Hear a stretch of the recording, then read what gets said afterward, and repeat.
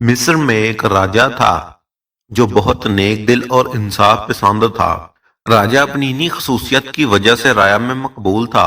اس بادشاہ کی 4 بیویاں تھیں لیکن اللہ نے اسے اولاد سے نہیں نوازا تھا۔ بادشاہ اپنی سب سے چھوٹی بیوی کے ساتھ ایک دن دربار میں موجود تھا۔ دربار میں ایک انتہائی خوبصورت لڑکی کو پیش کیا گیا۔ لڑکی پہ یہ الزام تھا اس نے ایک چرواہے کے ساتھ زنا کیا۔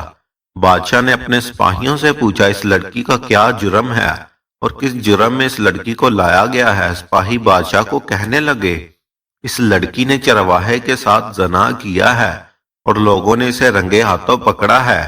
پھر بادشاہ اس خوبصورت لڑکی سے پوچھتا ہے تمہارے ساتھ ایسا معاملہ کیسے پیش آیا؟ تم نے چرواہے کے ساتھ آخر کیوں زنا کیا؟ وہ حسین و جمیل لڑکی آنکھوں میں آنسو لے کر بادشاہ سے کہتی ہے بادشاہ سلامت، میں ایک غریب کسان کی بیٹی ہوں۔ میرا باپ ایک ایماندار شخص ہے۔ ہمارا باپ بکریاں چرا کر گھر کا گزارا کرتا ہے۔ ہمارے گھر کا گزر بسر ان بکریوں کی وجہ سے چلتا ہے۔ ایک دن میرا باپ بکریاں چرانے پہاڑ پر لے گیا۔ میرے باپ کا وہاں سے پیر پھسلا اور پہاڑ سے نیچے آ گرا۔ اس کی جان تو بچ گئی لیکن اس کی ایک ٹانگ ٹوٹ گئی۔ پھر وہ معذور ہو کر گھر میں بیٹھ گیا۔ پھر اس کے بعد ہمارے گھر کے مالی حالات خراب سے خراب ہوتے گئے۔ گھر میں جو بھی جمع پونجی تھی وہ چند دنوں میں ختم ہوگی۔ نوبت جب فاقوں تک آ پہنچی، میں نے اپنے باپ سے کہا آج سے میں بکریاں چرانے کے لیے جایا کروں گی کیونکہ میرا کوئی بھائی نہیں ہے۔ اسی لیے میں نے اپنے باپ سے یہ سب کچھ کہا، مجھے اب بکریاں چرانے کی اجازت دیں۔ لیکن میرے باپ نے مجھے اجازت دینے سے بالکل انکار کر دیا۔ اس نے کہا میں اپنی جوان بیٹی کو اکیلے گھر سے جانے کی اجازت نہیں دے سکتا۔ کل کوئی تمہارے ساتھ زبردستی کر لے، تمہاری زندگی برباد ہو جائے گی اور ہم معاشرے میں منہ دکھانے کے لائق تک نہیں رہیں گے۔ باپ کے انکار کے بعد مزید میں نے 2-4 دن تک فاقے کاٹے لیکن بے زبان بکریاں بھوک برداشت نہ کر سکی۔ وہ بکریاں ایک ایک کر کے پھر مرنے لگی۔ بکریوں کو یوں مرتا دیکھ کر میرے باپ نے مجبوراً مجھے اجازت دے دی۔ بکریاں چرانے کے لیے پھر یہ میرا روز کا معمول بن گیا۔ میں بکریاں چرانے کے لیے جایا کرتی۔ بادشاہ سلامت پھر دن گزرتے گئے، ہمارے حالات پہلے کی نسبت ٹھیک ہوتے گئے۔ روز کی طرح ایک دن میں کھلے میدان میں اپنی بکریاں چرا رہی تھی۔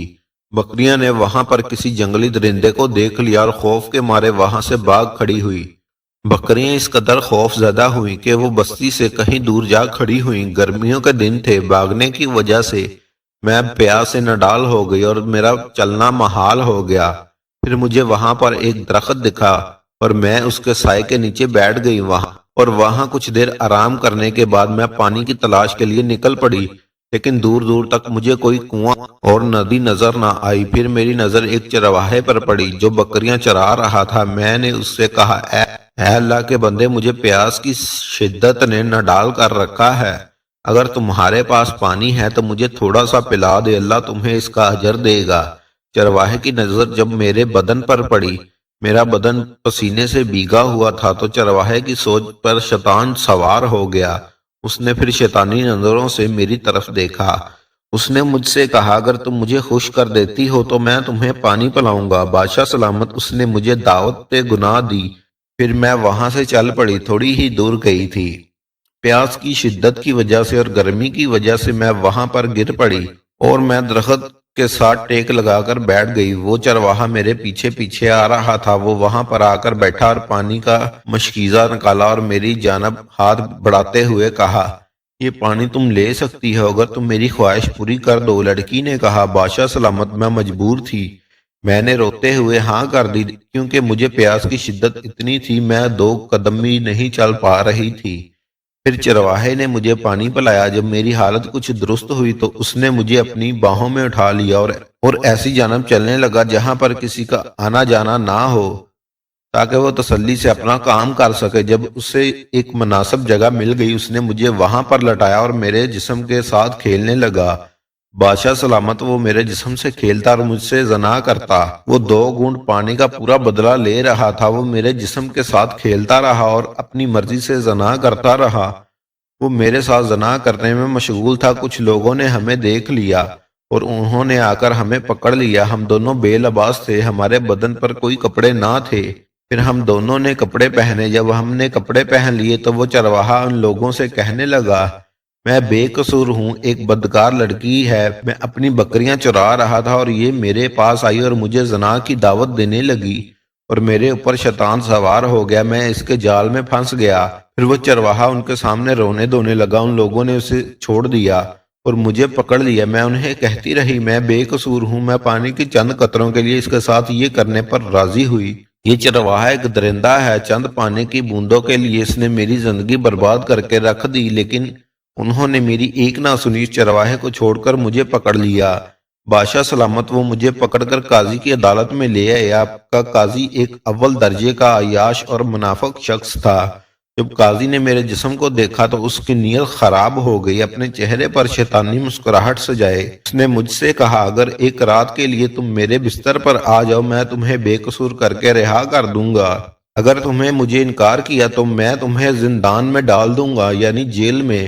بادشاہ سلامت میں موقع کی فراق میں تھی، جب مجھے موقع ملا تو میں وہاں سے بھاگ کھڑی ہوئی۔ قاضی نے 2 سپاہیوں کو میرے پیچھے لگا دیا، جاؤ اس لڑکی کو پکڑ کر میرے پاس لاؤ۔ اس سے پہلے کہ اس کے سپاہی مجھے پکڑتے آپ کے سپاہی وہاں پر آ پہنچے۔ انہوں نے مجھ سے پوچھا، تم کون ہو اور کس سے ڈر کر بھاگ رہی ہو؟ میں نے آپ کے سپاہیوں کو تمام ماجرا بتایا اور وہ مجھے پکڑ کر آپ کے سامنے لے آئے۔ بادشاہ اس لڑکی کی کہانی سننے کے بعد اپنے وزیروں مشیروں سے مشورہ کرتا ہے، اس مشورے کے بعد اس لڑکی کو معاف کر دیا اور اپنے سپاہیوں کو حکم دیا اس چرواہے اور قاضی کو گرفتار کر کے میرے سامنے پیش کیا جائے۔ بادشاہ کا حکم ملتے ہی سپاہی اس محل سے نکل پڑے۔ تھوڑی ہی دیر بعد اس چرواہے اور قاضی کو بادشاہ کے سامنے پیش کر دیتے ہیں۔ بادشاہ نے چرواہے سے کہا، تو نے ایک مجبور لڑکی کی مجبوری کا فائدہ اٹھایا ہے، اس لیے اس کے ساتھ زنا کیا، اس کی تمہیں سخت سزا ملے گی۔ بادشاہ کے حکم پر اس چرواہے کو پھانسی کی سزا مل گئی۔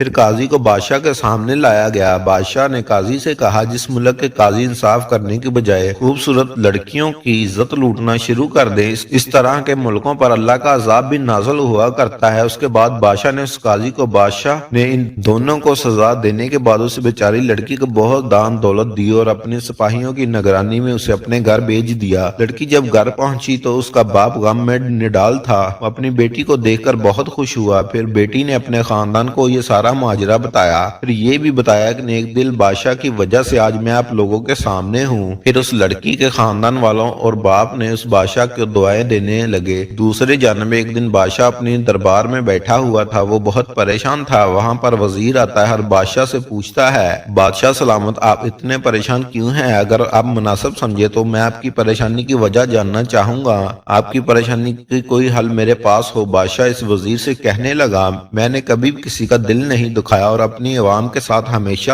مخلص پیش آیا ہوں اور یتیموں مسکینوں کی ہمیشہ مدد کی، لیکن معلوم نہیں مجھ سے ایسا کون سا گناہ سرزد ہو گیا، اللہ رب العزت نے مجھے ابھی تک اولاد کی نعمت سے نہیں نوازا، میں اس بات پر پریشان ہوں، میرے بعد میری سلطنت کو کون سنبھالے گا؟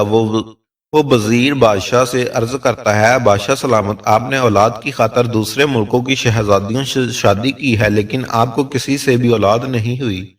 اگر آپ میری بات مانیں، آپ کسی مجبور اور لاچار لڑکی سے شادی کر کے دیکھیں اور سچے دل کے ساتھ اللہ سے دعا کریں، ہو سکتا ہے اس دفعہ اللہ پاک دعا قبول فرمائے۔ بادشاہ کو اس وزیر کا یہ مشورہ پسند آیا۔ پھر بادشاہ وزیر سے کہتا ہے، ایسی کون سی عورت ہے جو مجھ سے شادی کرنا چاہے گی؟ اگر تمہاری نظروں میں مجھے ہے تو بتاؤ۔ وزیر بادشاہ سے کہتا ہے کہ ایسی لڑکی جس کی زندگی برباد ہو چکی ہے اور کچھ دنوں پہلے آپ نے ایسا دیکھا بھی ہے۔ پھر وزیر بادشاہ کو اس لڑکی کے بارے میں بتاتا ہے جس کی عزت چرواہے نے لوٹ لی تھی۔ بادشاہ نے وزیر کی بات سنی اور کچھ دیر خاموش رہا اور پھر کہا، میں تو شادی کرنے کے لیے تیار ہوں، تم اس لڑکی سے کیوں نہ پوچھتے کیا وہ مجھ سے شادی کرنا چاہتی ہے؟ پھر وزیر اس لڑکی کے گھر جا پہنچتا ہے اور اس کے باپ سے پوچھتا ہے اور بادشاہ اپنی بیٹی سے شادی کرنا چاہتا ہے۔ پھر وہ باپ اپنی بیٹی سے پوچھتا ہے، کیا تم اس رشتے کے لیے رضامند ہو؟ لڑکی بھی ہاں کر دیتی ہے۔ ناظرین، پھر اس طرح سے اس لڑکی کی اور بادشاہ کی شادی ہو جاتی ہے۔ ناظرین، اللہ تعالیٰ نے اس عورت سے بادشاہ کو 4 بیٹوں سے نوازا۔ دوستو، ہمیں اس کہانی سے یہ سبق ملتا ہے، اللہ کی رحمت سے کبھی بھی نا امید نہیں ہونا چاہیے۔ یہ تھی ہماری آج کی ویڈیو۔ اگر آپ کو آج کی ویڈیو پسند آئی ہو تو اسے لازمی سبسکرائب کیجئے گا۔ ملتے ہیں اگلی ویڈیو میں، تب تک کے لیے اللہ حافظ۔